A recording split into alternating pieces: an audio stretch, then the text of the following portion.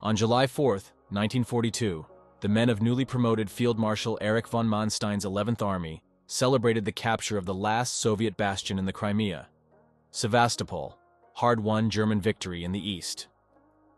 Since September 24th of the previous year, von Manstein's German and Romanian battalions had fought a stubborn Russian opponent for control of the peninsula. The forts surrounding the port of Sevastopol had withstood the fire of 14-inch howitzers and 17, 24, and 31.5-inch siege guns, and had fallen only after costly frontal attacks by German assault troops. Von Manstein had little time to celebrate with his men.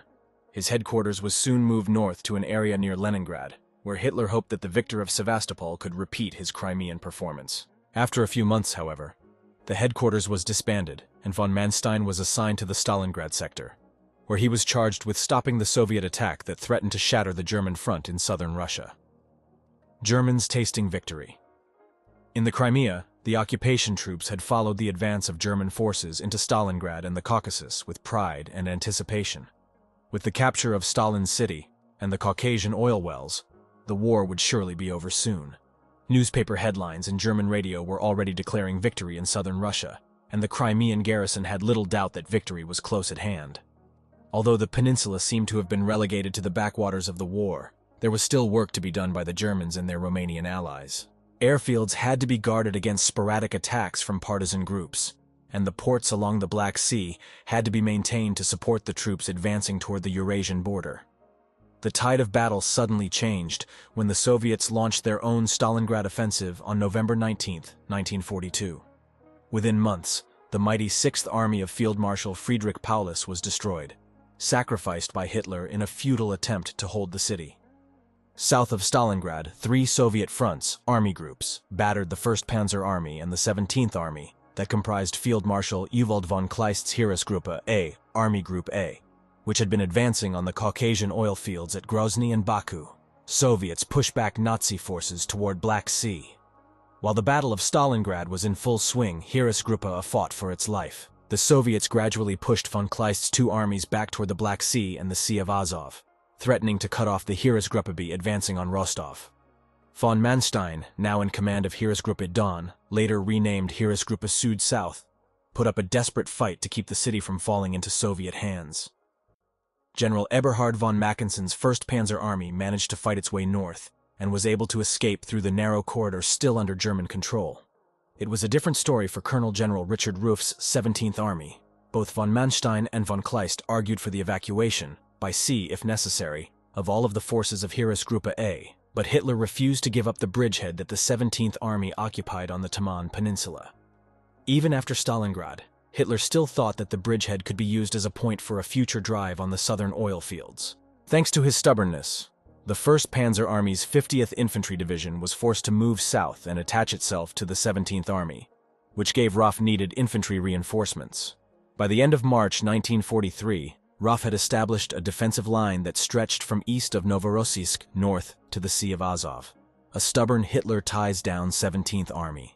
The Germans on the Taman Peninsula held their positions throughout the summer and early fall of 1943. Although Ruff's men did tie down a considerable number of Soviet forces, the divisions of the 17th Army could have been better used in the critical battles in the Donets Basin that raged during the first half of the year. On June 25th, General Erwin Jaenecke assumed command of the 17th Army.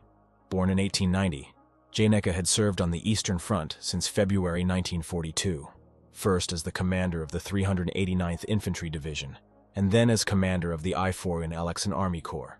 He arrived at a critical time for both German and Russian forces on the Eastern Front. The Great German Offensive at Kursk, which began on July 5th, occupied the Red Army for the first half of the month. When Hitler, nervous about the Allied landings in Sicily, called off the attack, the Soviets gained some much-needed time to replenish their depleted armies before beginning their own offensive in the area. While the Kursk offensive was in full swing, the German forces on the Taman Peninsula, far from the main fighting in the north, repulsed some probing attacks from General I.E. Petrov's North Caucasus front, but no major damage was caused to the defensive line. Soviets regrouped for large offensive. The German failure at Kursk gave the Red Army the opportunity to take the offensive on the Eastern Front once and for all. Recovering quickly from the huge losses of men and material suffered in July, the Soviets prepared to launch a series of attacks designed to batter the German lines from Smolensk to Rostov. By mid-August, all was ready. The offensive began in the last week of August with a series of staggered attacks across the front. The German high command was kept off balance as Russian forces struck towards Smolensk and Bryansk in the north, Kiev in the center, and Dnepropetrovsk and Kherson in the south. While Janeka's 17th Army sat impotently in the Taman, General Uri Malinovsky's southwest front struck the 1st Panzer Army near Izium, while General F.I. Tolbukin's south front hit the newly reconstituted 6th Army, commanded by Colonel General Karl Hollat, along the Mius River. Within days, calls for reinforcements were coming in from all sectors of the front, but there were few to be had. Appeal for more divisions and more empty promises from Hitler. On August 25th, an aircraft carrying the operations officers of the 6th Army and the 1st Panzer Army arrived at von Manstein's Heeresgruppe Süd headquarters to present a proposed withdrawal of German forces to new lines farther to the west. In turn, von Manstein went to Hitler's headquarters at Vinnytsia and bluntly told the Führer that the Donets Basin could not be held unless reinforcements totaling at least 12 divisions were immediately sent to the Heeresgruppe. Hitler said that he would find the divisions, but von Manstein had heard those empty promises before. When the Soviet 2nd Guards Mechanized Corps broke through the lines of the 6th Army on August 31st, von Manstein ordered a general withdrawal of the 6th Army to new lines that had been established in the west. That evening, Hitler sent word that he would give von Manstein freedom to withdraw his entire Heeresgruppe, provided that the situation absolutely demands it, and there is no possible alternative. Logically, the next defensive stand in the south could be made only at the Dnieper River. Hitler, however, refused to allow a withdrawal of that magnitude, citing severe political and economic repercussions if the entire Donets Basin was lost. Because of his stubbornness, the Germans faced Malinovsky and Tolbukin in a poor defensive position east of the Dnieper, and were forced to fight a war of attrition that they could not possibly win. Withdrawal of 17th, finally approved. On the Taman Peninsula, the 17th Army finally was given permission to begin its own withdrawal. There was now no hope of using the Taman as a springboard to the Caucasian oil fields, so Janeka was ordered to start ferrying his men across the Kerch Straits to the relative safety of the Crimea. Although Petrov's North Caucasus Front, soon to be reformed as the Independent Coastal Army, attempted to interfere with the evacuation, the move was completed by the first week of October. Meanwhile, the Soviet offensive to the north gathered steam. By the end of September, Tolbukin's 4th Ukrainian Front had reached the outskirts of Melitopol, about 100 miles northeast of the Perekop Isthmus, the gateway to the Crimea. Soviet armies were also within reach of Dnepropetrovsk, Kiev, Gomel, and Vitebsk, and had already liberated Smolensk. With the 17th Army released from the senseless occupation of the Taman Peninsula, von Manstein now had a fairly potent pool of reserves. He asked Hitler for use of most of Janeka's divisions to shore up the front, but his request was steadfastly refused. The 17th Army would stay where it was to prevent the fall of the Crimea. Hitler's Crimean obsession. Since the opening stages of the Russo-German conflict, Hitler had been obsessed with the Crimea. The Romanian oil fields, on which the Wehrmacht depended to fuel its divisions, were within range of Crimean air bases. Hitler often referred to the Crimea as an unsinkable aircraft carrier, and once it was in his hands, he would not let it go. Once it was clear that the 17th Army was not going anywhere, Janeka put his men to work. The Crimea presented formidable obstacles to an invader, as was borne out in the German conquest of 1941 to 1942. An attack from the mainland had 3 possible avenues of advance. The Perekop Isthmus, only 4 to 5 miles wide, was the most likely approach. It still contained Soviet defensive works that had been overrun in 1941, and Janeka wasted little time in sending engineering units to make them battle-worthy again, relying on past experience for defense of Crimea. The other 2 routes crossed a saline marsh east of Perekop known as the Sivash. Neither had been particularly useful during the 1941 German advance, and Janeka doubted that they would be of much use to the Soviets. Even so, the German general sent construction units to erect barricades and strongpoints in the area. The old Soviet forts that had been destroyed during the siege of Sevastopol had lain deserted for more than a year, but Janeka also saw to it that work began on repairing those structures. On the mainland, things became progressively worse for the Germans. By mid-October, the Soviets had occupied virtually all of the Donets Basin. This gave them an economic boost with the grain and cattle that were recovered in the area.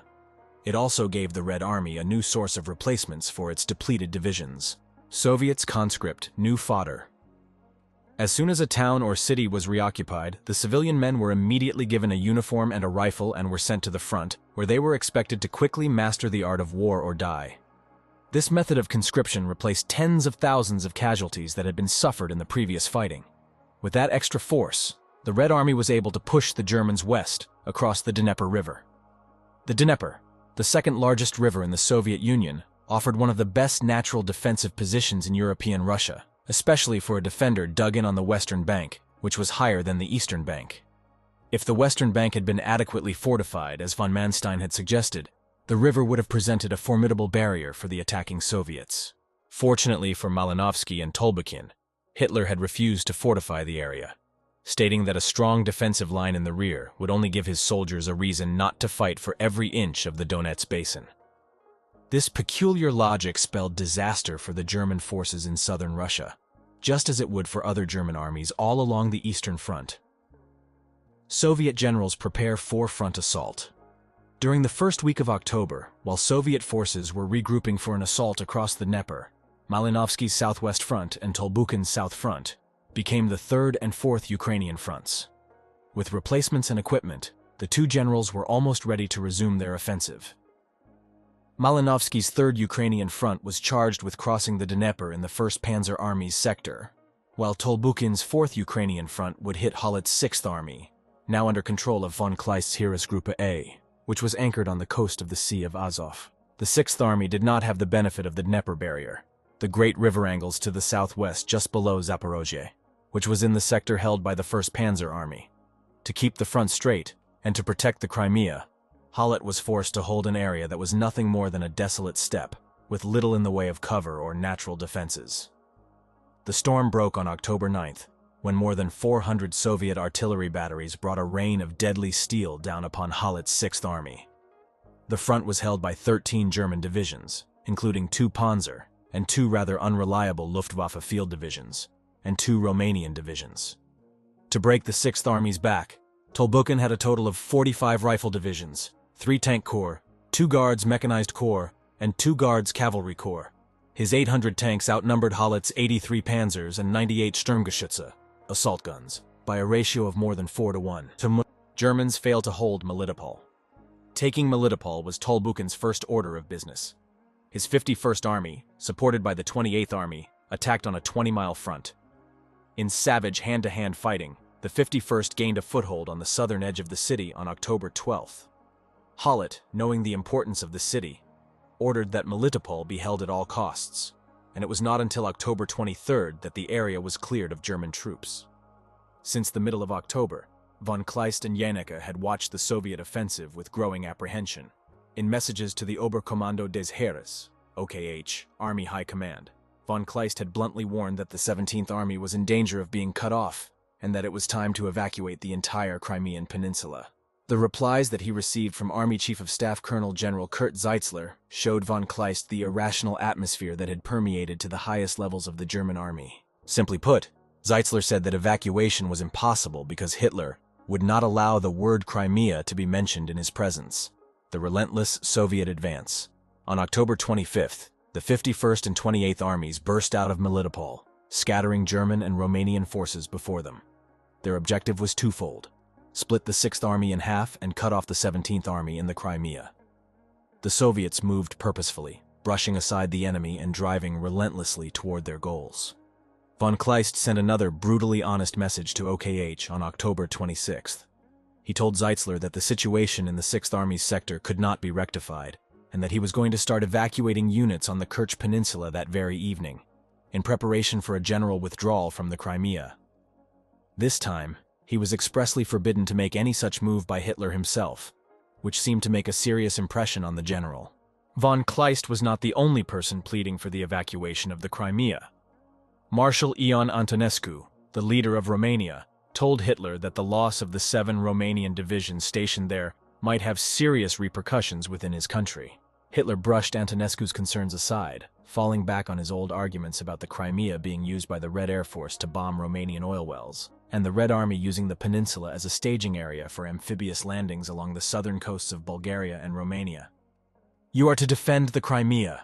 Meanwhile, the Soviet offensive continued unabated. Jaenicke made a final attempt to save his army on the night of October 28th. The telephone conversation between Jaenicke and von Kleist reveals the conflict of emotions that tore at the two men in this time of crisis. Von Kleist, you are to defend the Crimea. Yaneka, I cannot execute that order. No one else will execute it either. The Corps' commanders believe the same as I do. K. So collusion, conspiracy to disobey an order. If you cannot, someone else will command the army. J. I report again that in the light of my responsibility for the army, I cannot execute the order. K. This attitude only undermines the confidence of the troops. If I get one more division for you, everything will be all right. J. That is building castles in the air. One must deal with realities here. K. The 17th Army has not yet been attacked. A little reinforcement on the Perekop Isthmus, and everything will be in order. J. The Crimea must be defended on its entire perimeter. If the Russians attack, the catastrophe is at hand. I must recall once more the example of General Feldmarschall Paulus at Stalingrad. K. The details of events there are not known. If the commanding general, 17th Armée, does not execute the order to defend the Crimea, he will break every rule of soldierly deportment. Will you execute the order or not? Too late for the 17th Army, Yaneka then asked for time to think about what von Kleist had said. After considering the options, especially of turning over his army to someone who was not fully aware of his troop dispositions and their strengths and weaknesses, Yaneka gave in. He would try to defend the Crimea as best he could, but in any case, it was already too late for the 17th Army.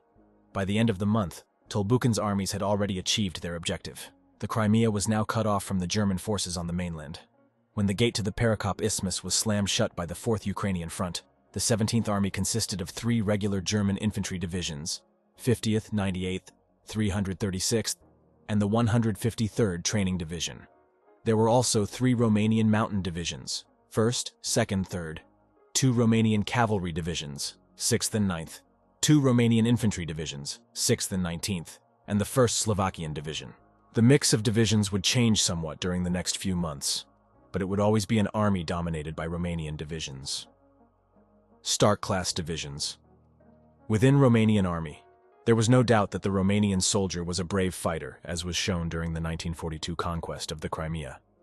The problem lay in leadership, class distinction, and equipment. Many of the officers, some of whom performed very well, came from nobility, while most of the soldiers were peasants or workers from the cities. Officers ate better than their subordinates, and an enlisted man was constantly reminded of his place in the army pecking order. Rifles and machine guns were outdated, and most artillery units were based around the 75 mm gun or howitzer, although some units had a few 100 mm and 105 mm weapons.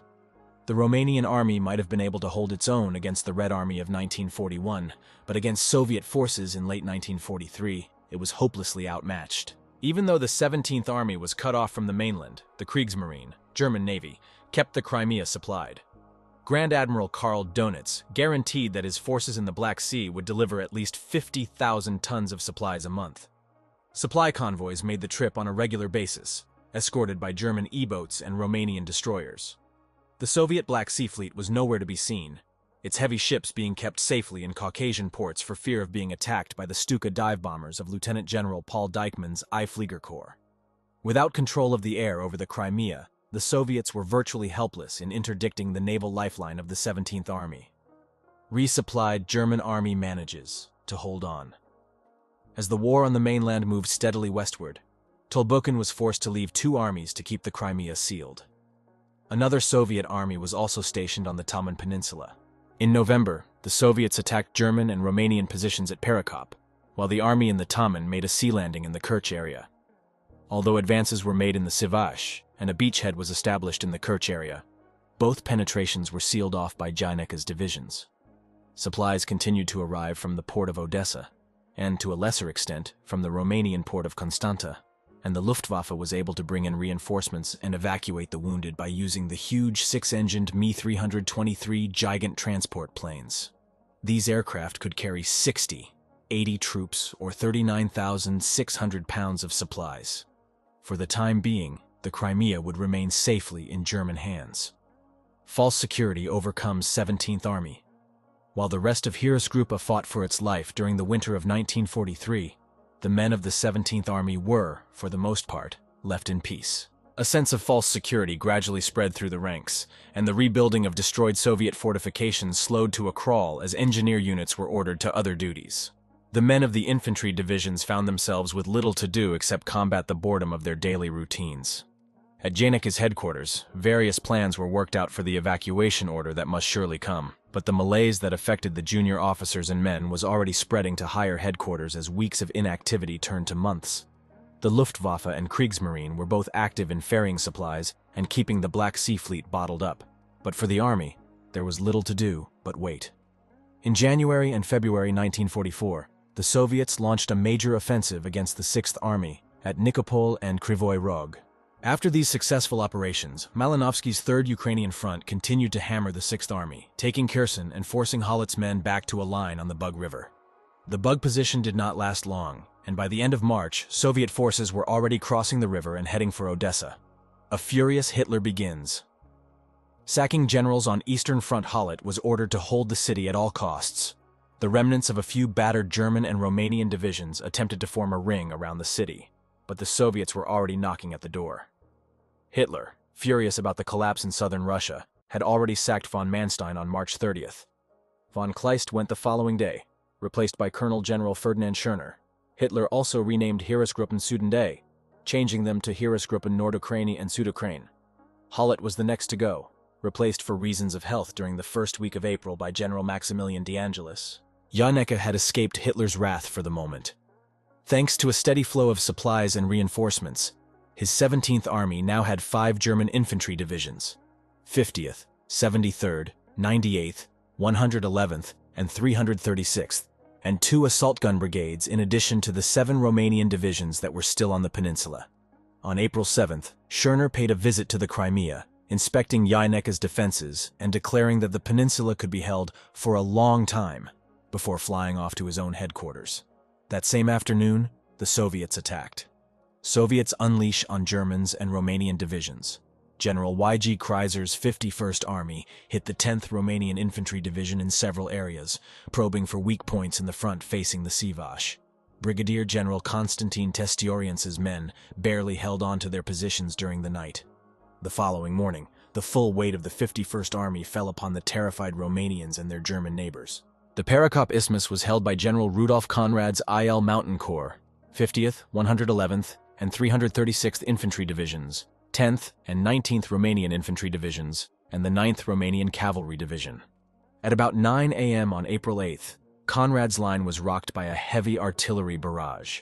Immediately following the bombardment, Kreiser's 3 Corps, 1st Guards Rifle, 10th and 63rd Rifle, stormed the German and Romanian positions. At the same time, General G.F. Zakharov's 2nd Guards Army, 13th Guards Rifle Corps, 54th and 55th Rifle Corps, hit Conrad's Perekop positions. The two armies had a combined total of 278,000 men, supported by 347 tanks and 1,785 guns and mortars. German and Romanian defenses were anchored in a position known as the Tartar Ditch, but the area was no longer tenable due to the overwhelming Soviet superiority. Conrad received the code word Adler Eagle, late on the night of April 9th, ordering him to withdraw. The general immediately began pulling his battered divisions out of the line and started a headlong retreat toward the Gneisenau line, which was a blocking position that arced around the city of Simferopol and covered the main roads to Sevastopol. An overdue message to retreat. At the Kerch bridgehead, the Independent Coastal Army, formerly the North Caucasus Front, under General A.I. Yeremenko, had also started probing attacks. Yeremenko had 2 corps, 11th Rifle and 16th Guards Rifle, with 12 rifle divisions, 2 rifle brigades, and 1 independent tank brigade, 135,562 men, 212 tanks, and 961 artillery pieces. He faced General Karl Allmendinger's V Army Corps, 73rd and 98th Infantry Divisions, 6th Romanian Cavalry, and 3rd Romanian Mountain Divisions. When Allmendinger received the Adler message, his divisions began a 150-mile race to the Gneisenau line, with Yeremenko's army in hot pursuit. The first stage of the retreat took Allmendinger's divisions back to the Parpak line, which stretched across the narrowest part of the Kerch Peninsula. Although suffering considerable losses from Soviet mechanized and armored units, his men made a good fight of it. German artillery, employed in the main line of resistance, caused heavy casualties among the advancing Russian men and machines, but the Parpak line soon became untenable, with Tolbukin's armies advancing from the north, threatening the rear of the V Army Corps. Allmendinger had no choice but to abandon his positions, and try to make it to the Gneisenau line. German artillery destroyed. At Yalta Mountains, Yeremenko's pursuit was held up by strategically placed anti-tank and infantry units that occupied mountain passes and important crossroads until the last minute before retreating to new positions farther west. Unfortunately for the Germans, the passes of the Yalta Mountains proved too much for their horse-drawn artillery, and the big guns had to be blown up, depriving the V Army Corps of vital artillery support. When Allmendinger reached the Gneisenau line, he learned that the position had already been breached in the north by Tolbukin's troops. His men, on the brink of collapse, would have to continue retreating to the fortified area around Sevastopol. Along with this news came the ominous report that Odessa had fallen, cutting Janeka's main supply link. Attrition takes toll. On Romanian units, Allmendinger's units entered the main Sevastopol defense line on April 16th, joining Conrad's IL Mountain Corps, which had occupied the northern part of the line on the 14th. During the first 8 days of the Soviet offensive, the 17th Army had lost 13,131 German and 17,652 Romanian soldiers. The condition of the Romanian units made them both unfit and unreliable in further combat situations, and Janeka recommended that they be evacuated as soon as possible. His 5 German divisions were also battered. Already under strength when the Soviet offensive began, they were now little more than reinforced regiments. Janeka organized them into 5 combat groups and supported them with the assault guns, artillery, and anti-aircraft guns that had survived the retreat. Meanwhile, 3 Soviet armies prepared for the final assault. Another plea for retreat. It was now up to the German commanders to make another case for the evacuation of the Crimea. Since the 17th Army held only a small portion of the peninsula, both Schörner and Janeka argued that it was useless to sacrifice even 5 understrength divisions in a futile effort to remain there. OKH had already agreed that transport units, prisoners of war, and other non-essential personnel could be ferried across the Black Sea to Romania, and more than 67,000 had already made the trip. The Luftwaffe still kept the Red Air Force and Black Sea Fleet at bay, but the Soviets were becoming bolder. On April 19th, Schörner repeated his demand for evacuation. He told Zeitzler that Luftwaffe and Kriegsmarine losses were starting to mount, and that the Romanian units, which were useless, were already waiting to embark. His warning went unheeded. Even a personal visit to Hitler at the Berghof failed to sway the Führer. After listening to Schörner, Hitler promised reinforcements for the Crimea, a promise unkept, but ordered that no German combat troops were to be evacuated from the peninsula. Paying for last year's inactivity, Tolbukin was in no rush to storm the German defenses. His armies were strung out along the few usable roads on the peninsula, and there was little chance that the Germans would, or could, launch an attack from the Sevastopol line. While more divisions made their way toward the besieged port, the Soviet general and his staff worked on the plan for the final assault. As for Janeka's army, the inactivity and boredom that had set in during the past year now had to be paid for.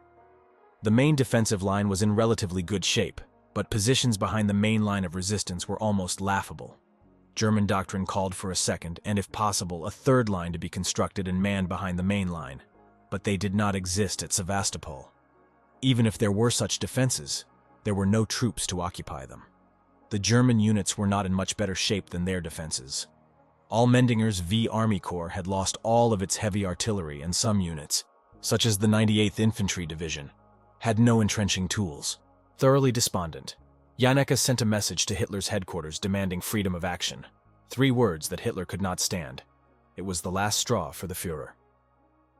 More changes. In German command. In the final days of April, Janeka was relieved, replaced by Allmendinger. Allmendinger's replacement was Lieutenant General Friedrich Wilhelm Müller. Conrad soon followed, replaced by the one-armed, one-legged General Walter Hartmann, who wore the coveted oak leaves to the Knight's Cross. Changes in command, however, did little to affect the overall situation. It may have been more helpful if Hitler had kept his promise and sent reinforcements instead. By the beginning of May, after receiving replacements and reinforcements, Tolbukin was ready. The independent Coastal Army had also been placed under his command, and the Soviet general now had about 470,000 men, 600 tanks, and 6,000 guns and mortars to assault the Sevastopol fortified area. The attack would be two-pronged, with the 2nd Guards Army mounting a feint assault on the northern perimeter, and the 51st Army, assisted by the independent Coastal Army, striking the main blow in the east and southeast. At 9:30 a.m. on May 5th, Tolbuchen began the attack with a massive artillery bombardment.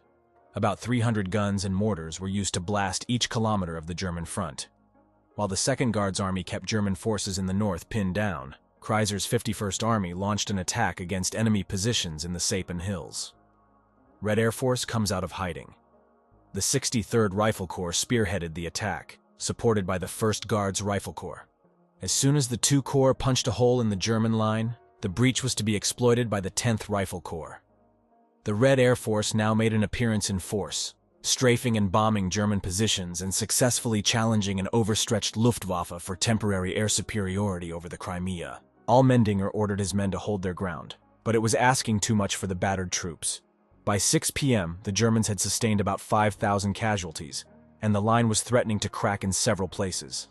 On the Soviet side, Tolbuchen pressed his commanders to keep up the attack throughout the night, hoping for a decisive breakthrough. Heavy fighting continued throughout the 7th, with German forces desperately trying to hang on to the all-important Sapun Hills, the gateway to Sevastopol from the south. It was no use. On May 8th, the 63rd Rifle Corps succeeded in dislodging the last German defenders. The 10th Rifle Corps then moved forward, splitting the enemy line wide open and driving towards Sevastopol. A German counterattack failed to stop the Soviet exploitation. Schörner, knowing that all was lost, sent another signal to Hitler's headquarters. Request evacuation since further defense of Sevastopol no longer possible. Hitler finally relents. Finally, in the early hours of May 9th, Hitler agreed.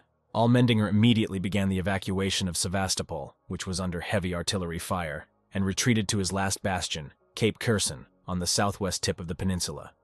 By 4 p.m., the last German units had left Sevastopol, and Soviet forces began a cautious move into the city. The German fortifications around Cape Kherson were considerably better than previous positions. Deep trenches and concrete strongpoints gave the troops a sense of safety that had been lacking in other areas of the Crimea. The narrow front also hindered the mass divisional attacks by the Soviets, who could concentrate only a few units for each assault. On May 10th, the Soviets attacked German positions 7 times without success. Artillery fire pounded the remnants of the 17th Army without mercy, but the strong fortifications held up under the heavy bombardment. German troops ordered to fall back to coast, May 11th saw renewed Soviet attacks.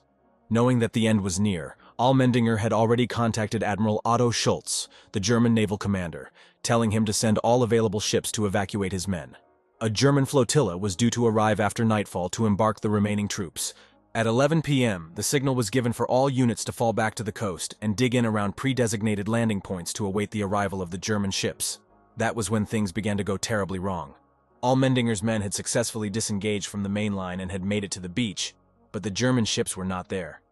Schultz had indeed arrived with his flotilla, but the radio channel that he had planned to use to guide individual ships to their loading points was being jammed. The frustrated admiral then ordered a signal sent on another channel to all ships, ordering them to gather near the mouth of Kamishevaya Bay, just off Cape Kherson, so that they could be piloted to the embarkation points. That message, too, was lost in the airwaves. Evacuation blinded and made deaf. To compound matters, smoke drums, which were set around installations in case of air attacks, were set off by the Soviet artillery pounding the area. Others were purposely set ablaze by German units to give them more cover while they were waiting to embark. The result was a massive smokescreen that obscured docks and landing areas, making it next to impossible for the German ships to see their designated destinations. Many of the more intrepid German skippers made it to shore despite the difficulties.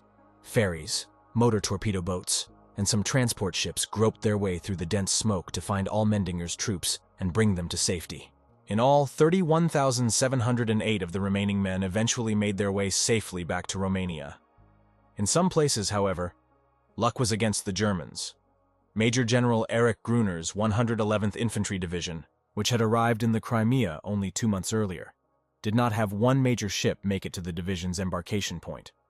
As dawn broke on May 12th, most of the division was still on shore, an inviting target for the Soviets. German division meets Soviet wrath furious that so many Germans had gotten away. The Soviets attacked the near-helpless division with tanks and infantry. When Gruner fell victim to a Russian tank shell, resistance soon ceased. Eyewitness accounts speak of German officers and Russian auxiliaries being lined up and shot after the division had surrendered, a bitter end to Hitler's Crimean venture. Since the Soviet offensive began in April, 31,700 Germans and 25,800 Romanians had been killed or wounded. Another 20,000 were missing in action, and several thousand more were captured. The Soviets put their losses of killed and wounded at 84,331. Crimea was our biggest POW cage. The losses incurred in the Crimea can be blamed directly on Hitler's mania for holding every inch of ground, even when that ground was no longer strategically important. Soviet troops had long ago passed the peninsula as they pushed steadily westward, and even Soviet intelligence officers were surprised and somewhat amused at how the 17th Army had been used. One Soviet officer, interrogating a German officer who had been captured during the fighting, made this observation. "We were in no hurry to take the Crimea. After all, it was our biggest POW cage. The Germans were virtually prisoners on the peninsula since November 1943. They guarded themselves. They supplied themselves. They went on leave and even returned by their own account.